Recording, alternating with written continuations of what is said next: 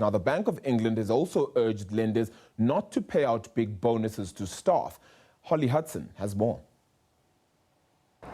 This was a mandate, a request by the Bank of England, the central bank here, with the aim of boosting liquidity, cushioning the economy and keeping financial markets here in London afloat amid all of the turmoil. The UK's biggest lenders, Barclays, HSBC, Lloyds, Santander, were due to pay out a total of over £15 billion to shareholders. But they've now agreed or bowed to the pressure and agreed to hold on to that cash as the UK enters its second full week of lockdown, and the economic consequences of that are becoming ever more apparent, according to financial regulators, with businesses forced to close. The pandemic has pretty much ground all normal economic activity here to a halt, and that has led some economists to predict that the UK may well fall into a recession, as will other large economies around the globe. But the hope from the Bank of England is that this, on top of other emergency measures, will enable banks here to weather the storm and support the UK economy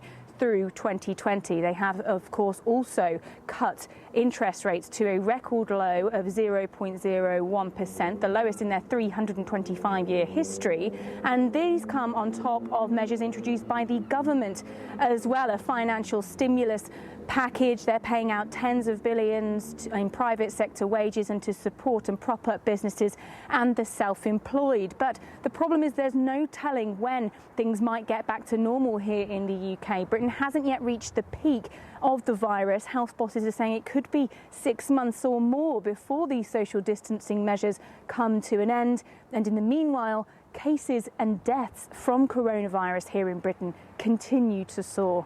Hudson, SABC News, London. Let's stay in